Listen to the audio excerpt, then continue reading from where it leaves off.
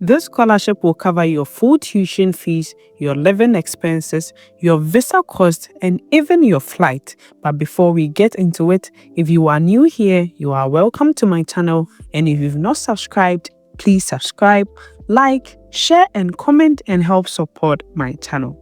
Let's get started. Today we are at Flinders University. We are going to talk about the Australian Government Research Training Program Scholarship. Now, most people know about this scholarship and they have trouble with it because you have to look for a supervisor to supervise your research. Most people do not like it because they find it difficult to get a supervisor. What I'm going to do is I'm going to explain to you how you're going to find a supervisor. That is if you're applying to this particular university. So stay with me till the end for all the details. We are starting with the benefits, and it says this scholarship pays a stipend at the standard rate set by the Australian government at $35,010 per annum. That is tax-free for 2025 full-time rate.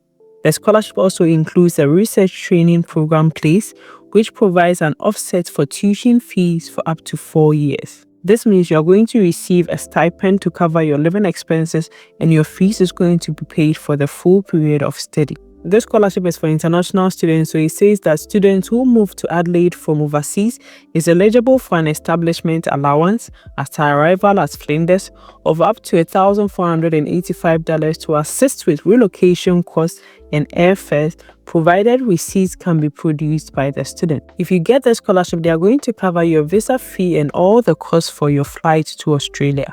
Then we have eligibility. To be eligible for the scholarship, you have to be a citizen of any overseas country except New Zealand and do not hold Australian citizenship, Australian permanent resident status, or New Zealand citizenship. You should intend to commence full-time study for a higher degree by research in Australia for the first time in the year for which the award is to be offered. Students who commence their higher degree by research in the previous year but who, due to timing of their application for admission and subsequent enrollment, were unable to apply for the scholarship in that year, or commenced the higher degree by research and terminated the enrollment within 6 months of commencement may be considered. You should intend to enroll in an area of research concentration.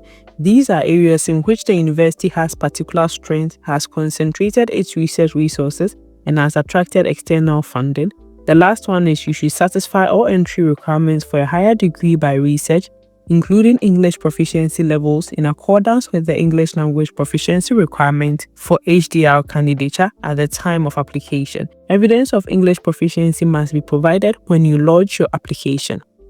To meet the English language requirement, it says here that for Master by Research degrees, PhDs, professional doctorates, and higher doctorates, the minimum English language proficiency requirement for admission to these degrees is one of the following. The applicant's first language is English, that is one.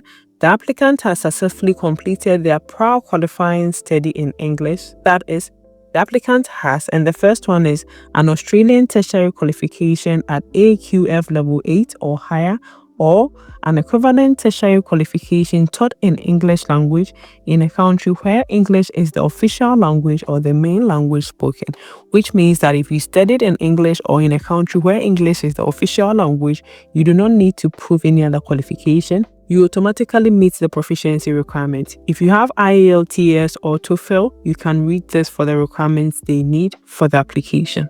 Then we have the application information. It says all applicants are required to read the application guidelines provided below before submitting an application. Please use the application checklist to support you in submitting your application. So down here we have the checklist. Those are the things you need to provide when making the application. Incomplete applications will not be accepted. To ensure your application is complete and competitive, please read and attend to the following. The first one is research supervisor, and that is what most people have a problem with, so I'm just going to go over it, then we can continue. It says you must make contact with an academic staff member and have an informal agreement from that person to supervise you if successful. Email evidence of the supervisor's agreement should be included with your application. Let's click this and see how you can make contact with the supervisor. Here is where you're going to find the supervisors. When you get here, you're going to scroll down and click on Find Supervisor. So you're going to click this. Here they have a list of all the supervisors at this university. They have about 679 supervisors, so you are definitely going to find one. What you have to do is you come to this filter, you know the program you're applying to, and you know the research you are interested in. So what you're going to do is you come to the research areas. There is a list. You can click this for more. So for instance, if you're applying for a master in public health or a PhD in public health, you are going to select this and it's going to filter out and give you supervisors in the area of public health. So let's just click this. Now we have 48 results and these people are all in public health. You can use the filter to break it down more, or you can just go through it and find the ones you're interested in or the ones whose research you're interested in. So you just come and then you click on the professor's name. You are going to get all the details about the professor here. Then you come and click on research outputs. These are his research, so you can just go through it. If you think that this is the area of interest, you can just contact him. Now, how do you contact him? You go back here and then you go to prepare background information. That is what you're going to do. The first thing you're going to do is you prepare background information about yourself before you seek HDR supervision from a Flinders academic staff member.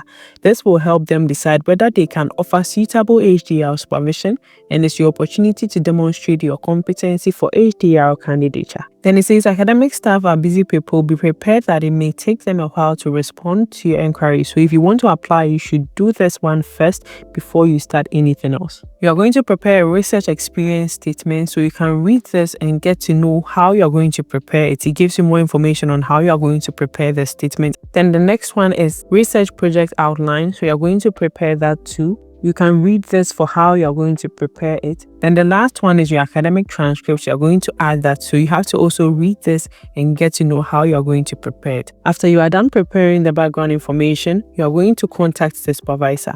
It says once you have prepared the information above, you are ready to contact an academic staff member to supervise your thesis.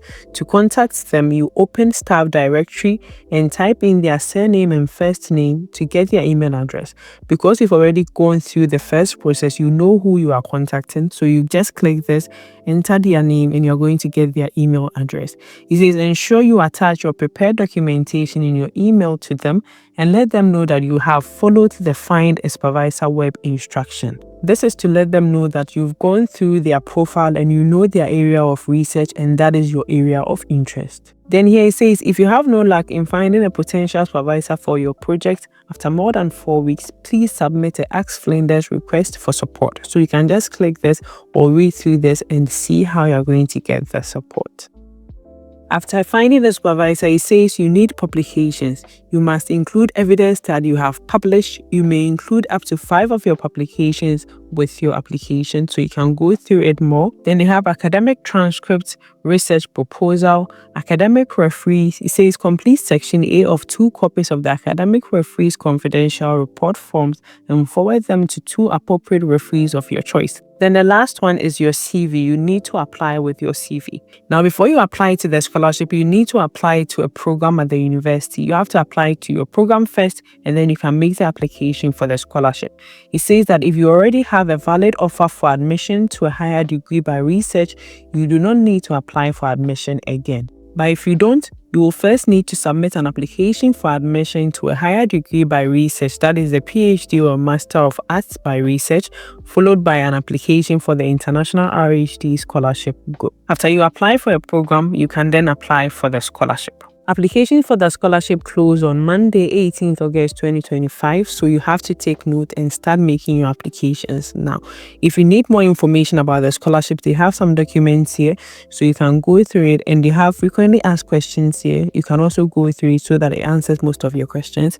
This is the confidential referee report, so you can also open it and see what it entails.